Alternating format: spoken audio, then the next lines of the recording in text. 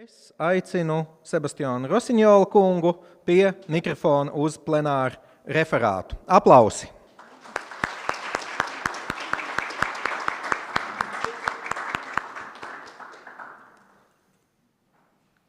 Ladies, gentlemen, everyone, hello and good morning or good afternoon. So I would like to begin by saying thank you to the conference organization committee and to Dr. Andres Schnee for inviting me to this conference. And I'm very grateful for being here today. I am from Canada. I live in Newfoundland. I often read about medieval history. I teach about medieval European history. I always like to include the Baltic Sea region, Livonia, in my teaching. I enjoy sometimes even writing about this part of the world. It is a really great honor for me to be here today in person to participate in this conference here in Jūrmalā to discuss the very interesting history of this part of the world. So today and tomorrow we are going to hear about the history of seaside resorts, the history of vacation travel, the history of leisure and recreation in the Baltic Sea world, especially here in Jūrmalā. As we are going to hear about all these very important topics and discussions in the coming 2 days, I would like to begin by inviting you to travel in time to the medieval period, to have some preliminary thoughts about everything we're going to talk about today and tomorrow. So there were no resorts in the modern sense in the Middle Ages, but people did travel around quite a lot in medieval Europe for all kinds of reasons. They traveled, they enjoyed themselves with various leisure activities in the various places that they traveled to, and so we can learn something about what they were doing. What I would like to do today, what I would like to do is to talk about how medieval people experienced travel, how they experienced leisure and recreation, especially when traveling, and especially with a focus on the Eastern Baltic and Northern Europe around the Baltic Sea. And I would like to discuss that also from the perspective of how that might have differed or sometimes be similar to the experiences of modern day travelers. Today, as in the Middle Ages, people travel around for all kinds of reasons and purposes. Some people travel for business or for professional reasons. For example, in the year 1998, Vaira Wieke Freiberger, who was professor of psychology in my hometown in Montreal, she traveled to Latvia to become president of the country. Since then, she has traveled around Europe, around the world to represent Latvia and to represent some of the largest international organizations of her time, for example, the United Nations.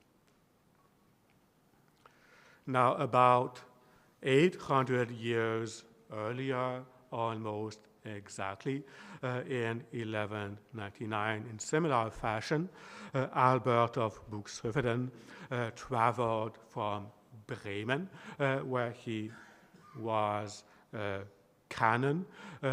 He traveled to what was becoming Riga to become the new bishop. Since then, he also traveled quite a lot around the world to represent Riga, to represent his bishopric, and to be active in one of the most important international organizations of his time, the Catholic Church. But what I would like to talk about today is not so much travel for business or for professional purposes, but primarily travel for recreation, travel for leisure, for enjoyment, and what that meant in the Middle Ages in Northern Europe, in the regions around the Baltic Sea.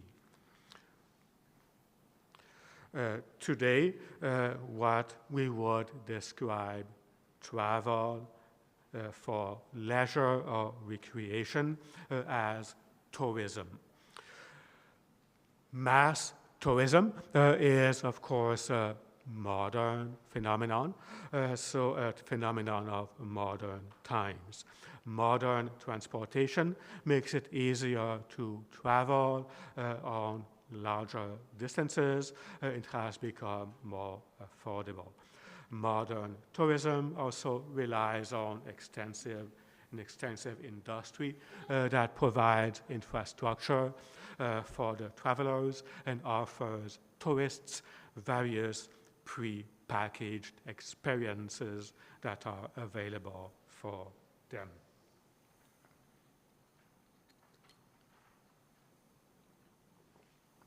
So there has been quite a lot of discussion in scholarship regarding the question if it is appropriate to talk about tourism, if that concept can be applied when discussing the societies of antiquity or the medieval period. There's a couple of things that can be noted in that discussion. To begin with, we can agree that there was no word in ancient or medieval languages that encapsulates what we mean with tourism. And also, we can agree that there was no such thing as mass tourism on the scale that it exists today in times when travel was a lot slower and more difficult. Nonetheless, many have argued that there is in fact much in common between modern and medieval travelers. Research in psychology especially, has argued that at the core of tourism as a social phenomenon is not so much how far people travel or how frequent traveling has become, but what is characteristic of tourism as a social phenomenon is that people travel for the purpose of seeking specific experiences, especially seeking experiences, something new that they cannot have access to where they live. People travel with the goal of seeking these experiences. These tourist experiences can include visiting new places, encountering new cultures, attending festivals or various events, or seeking some educational experiences. All of that did exist in the Middle Ages, even if it was not on the scale of what we know today in the tourism industry. Moreover, one can also note that while tourists can travel for business or other purposes, while at the same time seeking some tourist experiences during the same trip. Today, there is a full industry of travel writing with various books and websites and documentaries that are dedicated to preparing visitors to encounter the places, the cultures that they will encounter wherever they travel. That sort of writing is meant to inspire tourists to visit certain destinations, make them curious about these distant places, give them hints about the foreignness and also about the attractive cultures of the people that tourist travelers are expected to encounter. Now, travel writing is certainly not something new. Travel writing was actually very popular in the Middle Ages. For example, the book of Marco Polo describing his experience traveling around the most exotic of places that Europeans had heard about in China. His book was a huge success, translated into various languages in the late Middle Ages. Another example, Jean de Mandeville was the author of a book of travel, so he was also extremely successful. He was possibly the most successful author of what we might describe as fake news in the Middle Ages. He described places he had never seen, never been to, but he had a very good library, and he read from all these books and wrote this book about all his supposed travels around the world. And his book was also immensely popular. The huge numbers of copies of these books that circulated in various languages in the late Middle Ages testify to the interest that Europeans had of reading, hearing about distant countries, people traveling to distant places, encountering new cultures, even when people had actually no opportunity to travel themselves to places like China or India. Medieval Europeans also had access to books describing travel to distant places, foreign countries, and also to places, or at least some of them could actually go themselves, especially in the age of the Crusades, with all these encounters in the Middle East between European Christians and Muslims. There were many books of history and fiction, chronicles and romances telling stories of crusaders, telling stories of Europeans traveling to the Middle East, fighting noble Muslim fighters, falling in love with beautiful Muslim princesses, and these stories about foreign countries were also hugely popular. Histories and chronicles also circulated in the Middle Ages about people from Germany or France or England traveling to other places, including the Eastern Baltic, that were known for their exotic foreign cultures and places. Jean de Mandeville himself, even though he never went there, included chapters about Prussia and Livonia and Lithuania. So the motivations of Europeans to go on crusades, so that were very costly and dangerous, have long puzzled historians. It seems that probably part of the motivations for going on these long travels probably came from the fascination that Europeans had for the historical, biblical places of which Europeans had heard so much about. They might have been also attracted to the foreign exotic cultures of the Islamic world, the wealth that came from these countries that is mentioned in many books of that time. Crusading in the Eastern Baltic became especially popular in the 14th century, the age of the Reisen, or voyages that were organized by the Teutonic Order, so for European knights who wanted to go fighting in Lithuania. Knights from across Europe traveled to Marienburg and Königsberg and then went to campaign against the pagans. When the last Crusader states fell in the Middle East, the Eastern Baltic was actually the only place where Europeans could go on crusades.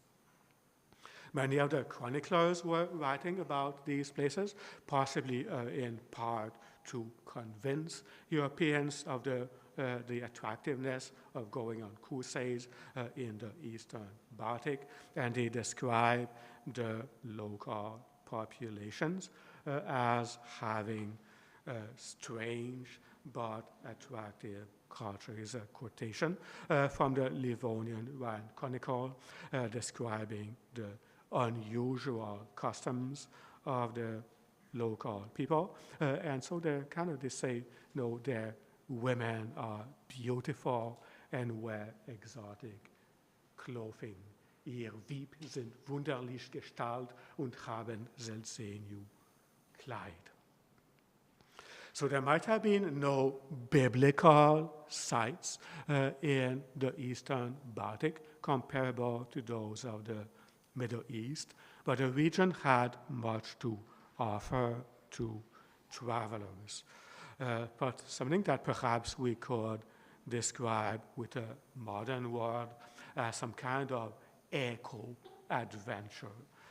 So an adventure into foreign natural sites, foreign places that people would want to go. And these places were actually quite foreign for European knights from France, Germany, or England. The region, so that was between the Teutonic Order and Lithuania, was known as the wilderness, so that was described as a place, a forested zone, mostly devoid of human habitation. Chroniclers and travelers describe this enigmatic wilderness as a place that was very broad and that was very long to travel across, devoid of any human habitation. This must have been made quite an impression on travelers from places like France and England that were much more densely populated. So that must have been quite intimidating to see that. Mysterious woodlands were actually also a commonplace of fictional romance at the time. The mysterious woodlands that were places outside of civilization, where typically strange creatures were lurking in the dark.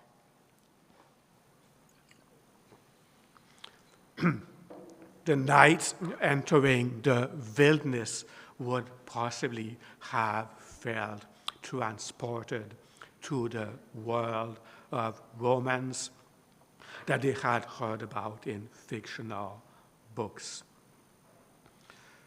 The Eastern Baltic was also described as a typically cold, wintry place. An impression that came from the fact that crusaders typically went on Lithuanian campaign in the winter when it was easier to travel on frozen rivers and swamps. It is easy to imagine how these strange and desolate winter landscapes would have made a strong impressions on these visitors from France, England, or Germany. Going on the Reisen would have been a costly enterprise, but that would have meant to provide a rousing experience, the like of which they could not experience at home. And we can see a glimpse of that in the travel writing in the chroniclers of the time.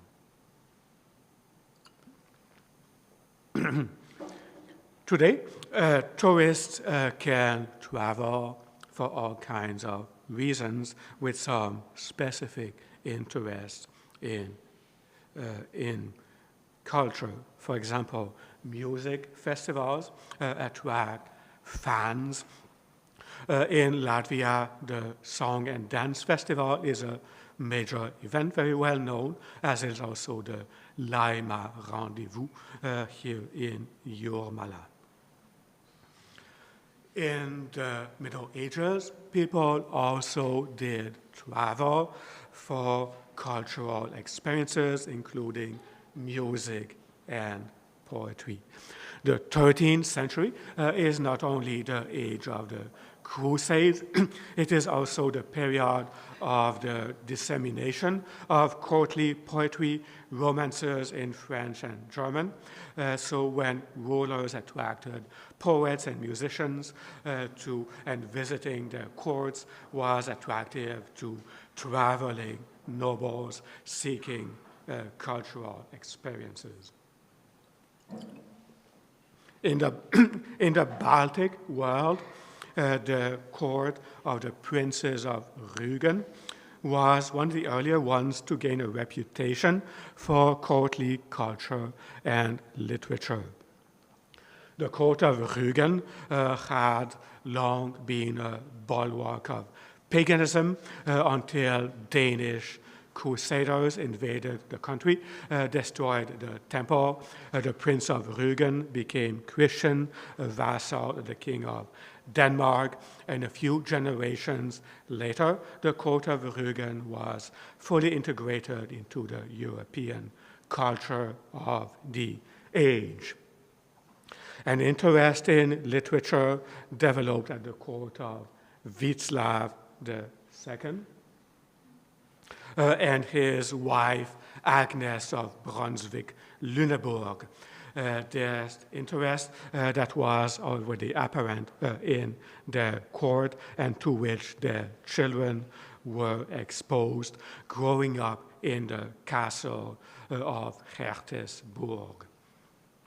Rügen became famous, attracting traveling minstrels, artists, musicians, and the nobles of Central Europe. Víclav III became a well-known patron of artists and poets, even composed German love songs himself. He held many receptions, feasts, tournaments at the castle in Hertesburg near the Baltic Sea. He built a new castle that was easier to reach, and his court attracted visitors from various parts of Central Europe. And I would like to show a short clip of the music that was composed by Víclav III, so that we can imagine how it was in his castle near the Baltic Sea.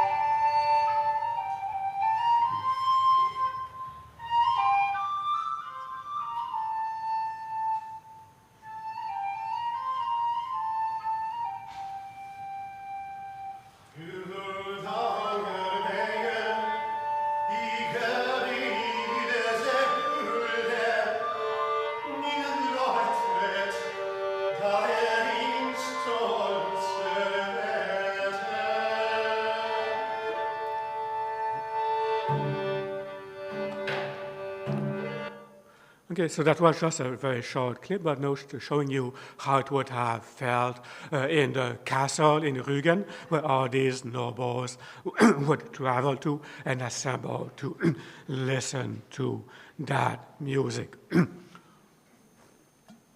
The court of Rügen became very well known in the 13th, early 14th century for that culture. The court of Rügen was a little bit like the Lima rendezvous of the Middle Ages. Witzlaw III's sister was named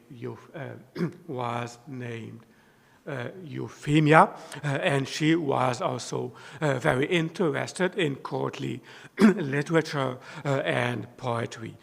She was married to the King of Norway, Håkon IV, at a time when an interest in that literature also became important at the Norwegian court. Euphemia contributed to the dissemination of that culture in Norway as well. It is actually thanks to Euphemia that many romances from French and German were disseminated in Oslo and then further east back into the Baltic Sea region. When her daughter Ingeborg was betrothed to a Swedish nobleman, so some books traveled with them. When the marriage took place, Euphemia requested 3 romances to be translated into Swedish to be sent to the court of her future son-in-law.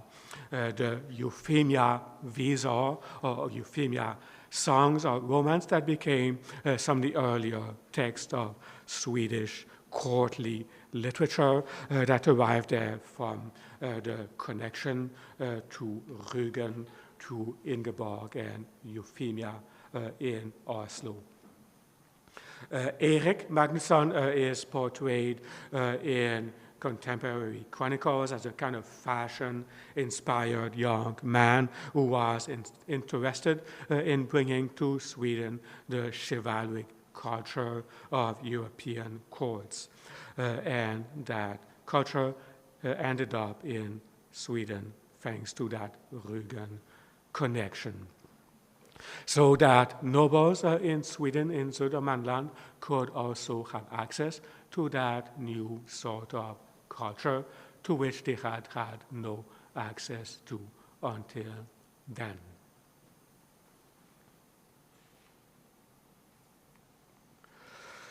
Now, the court of the Teutonic Grand Masters in Marienburg and the court in Königsberg, where the Crusaders stopped on their way to Lithuania, were also part of the networks of European nobilities. But the Prussian court were quite different than those of Rügen or Sweden. Marienburg was both a convent and a castle. The Grand Master and the Teutonic brothers were at the same time knights and monks. They lived in chastity, renounced the presence of women, and contrarily to the secular nobility, where the place of noble women was exalted in fictional literature, the court of the Grand Master was pretty much a man's world. In the Teutonic literature, idealized love was relegated to the love for the Virgin Mary. The visiting knights in Marienburg, in the castles of the Teutonic knights, were entertained also with music, with artists, with jesters, in castles also with some art, with frescoes that depict some heroes of legend, so the famous knights of history.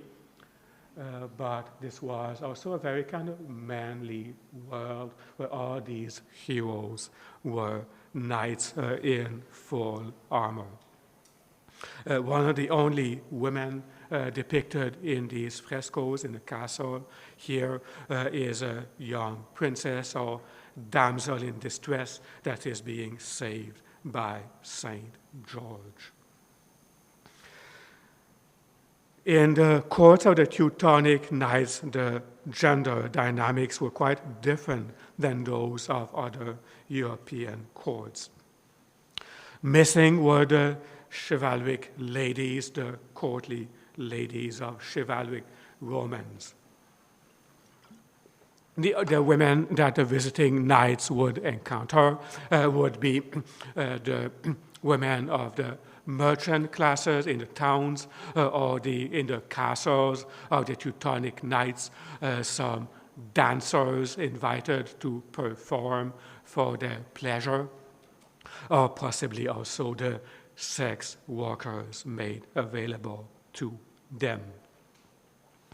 If they traveled to Riga, so they would encounter a merchant city, but also a city dominated by the court of the bishop and canons, also a court that was a man's world, so that lacked the ladies of secular courts.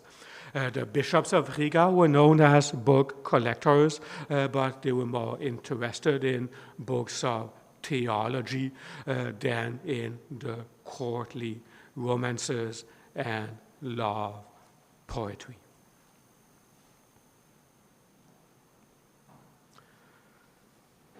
Tourists today can also travel, so if they are interested in sports events or the championships that attract large numbers of tourists and fans in the host countries. That was also the case in the Middle Ages, where the most popular sports of the nobility were the tournaments and the hunts.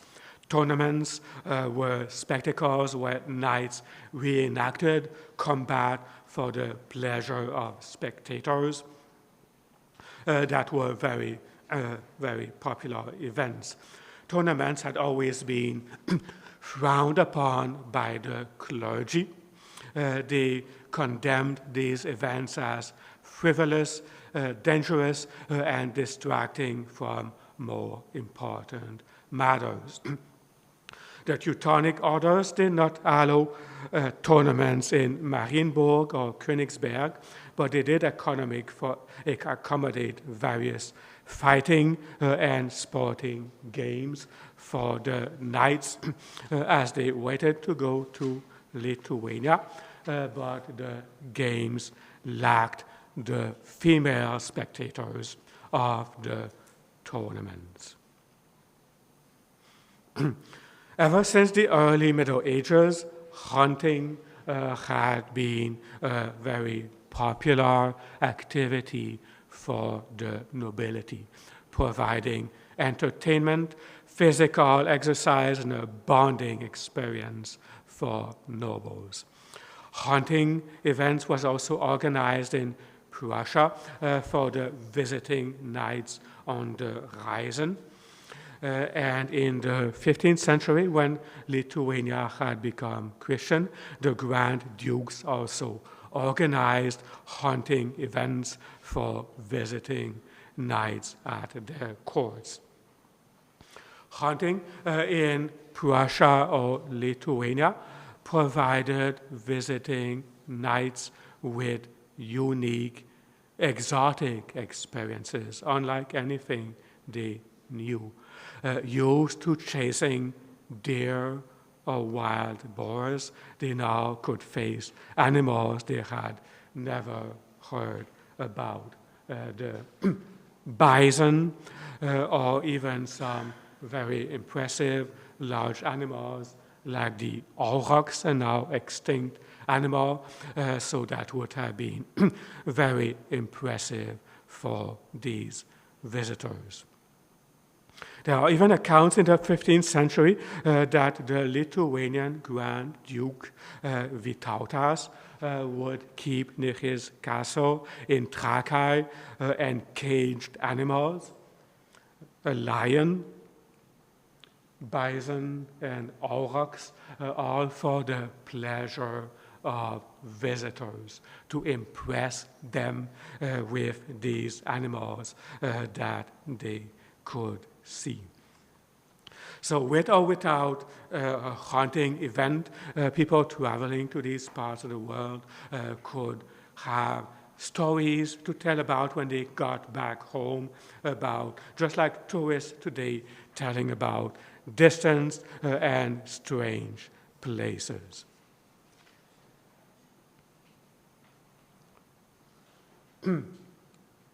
Today, tourists can also travel for other purposes. The most, perhaps, pedantic of tourists pride themselves to visit places to learn about history, about culture, about important monuments and places. They go on education tours, they take guided tours, they attend classes in language and culture. They want to see places famous for their historical significance. They visit museums and art galleries. This was also done in the Middle Ages, where educational tourism certainly existed as well.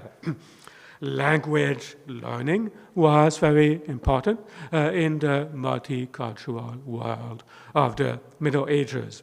There are examples of young men who spent time in Marienburg because they wanted to learn German, and they spent time there with the Teutonic brothers.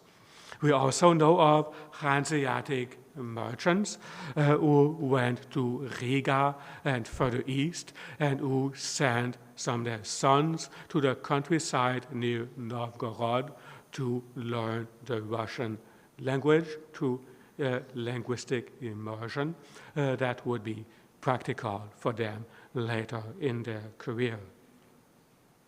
And also people travel to historic places for religious purposes. As pilgrims, they travel to shrines and places where they could visit the places connected to the saints to learn about their history. Going on pilgrimage was a social experience that was also quite popular around Europe. So they went to travel, also to socialize with fellow travelers, as we know from many accounts from the medieval period. Now, tourism has, I think we can see, if we talk about tourism, we can see tourism from two different sides. On one side are the travelers who come to spend money to experience something new, and to spend some time in some distant places. On the other side are those who welcome the visitors. On the one side, there's the business owners, but also the underpaid workers who cook for, serve, and clean accommodations for the tourists. Now, it might be interesting to reflect on the experiences of those who attracted, welcomed, and accommodated medieval travelers in what we would call tourist experiences. In Rügen, Oslo, or Södermanland, or later in Vilnius, visitors would have found typical rulers' court with male and female rulers, people like Agnes of Brunswick-Lüneburg, Euphemia of Rügen, or in Ingeborg, that were important people. So these women were often the ones who would welcome the visitors when the husbands were away. They were part of the people that would welcome the visitors. So the chivalric ethos propagated in romances also encouraged men to improve their manners when interacting with noble ladies. In the courts of Marienburg, Königsberg, or Riga, noble travelers would be welcomed at the courts of the grand masters of bishops, where they would have quite different experiences without the women of the noble classes that would have been expected elsewhere. They would perhaps encounter the dancers invited at the courts to perform for them. We can easily imagine a more masculine world where they would have been welcomed. Now, it is a bit difficult to know how ordinary people would have, I guess, reacted to seeing these visitors coming to the courts from foreign countries. In the courts of Rügen, Oslo, or Sweden, or Vilnius, these were typical rulers' courts that represented the traditional social order. In Prussia or Livonia, this was a bit different in these territories that had been conquered by religious orders, a very different kind of society that was taking shape in these places. Now, we don't know that much about the local culture, the local Balts or Estonians, so archaeology shows us some of the musical instruments that they had, some recorders and flutes, or some string instruments similar to the kolkes that have been found. We can imagine the local people playing with these instruments. Their culture would have been quite different from that of the court of the grand masters or bishops, and we can easily imagine them finding these courts as being quite strange places dominated by religious men welcoming foreign fighters and engaged in hunting, fighting games, campaigning against pagans coming to visit these foreign places. So we can only imagine what these people, ordinary people, could have experienced seeing these visitors. Trying to imagine how they would have reacted, we can perhaps try to turn to imaginative literature. So I'd like to give an example here, a short clip. You want to look at imaginative literature, we can think of the very well-known bear slayer, the Latch Blazes, and so I'd like to show you a short clip from the...